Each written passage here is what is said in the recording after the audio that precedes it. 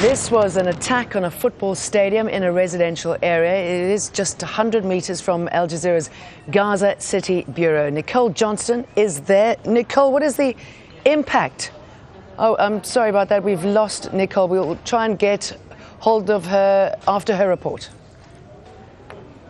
A government complex in Gaza has been destroyed. It took the Israeli army more than half a dozen airstrikes to turn the Abu Khadra compound into rubble. They target the civilian infrastructure in Gaza. The escalation we witnessed yesterday was meant to put pressure on Palestinians during ceasefire discussions and force them to accept the Israeli terms. The buildings here had been used for things like registering births and marriages and getting travel permits for Egypt. This complex wasn't used by the military wing of Hamas. These were purely government buildings. Israel is now targeting the infrastructure of Gaza. And without a ceasefire agreement, it's highly likely that the rest of this compound, the other half, will become the next target to be destroyed.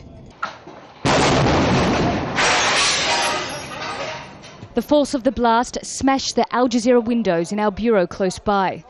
Other businesses and apartment buildings were also damaged. There were no injuries.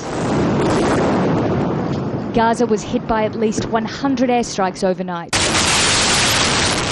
Houses, police stations and another building housing media were attacked. Hundreds of people across Gaza City have fled from their homes. They've been warned in leaflets airdropped by the Israeli army to leave certain areas and head for central districts. They're taking shelter in United Nations schools. Palestinians had been hoping for a ceasefire.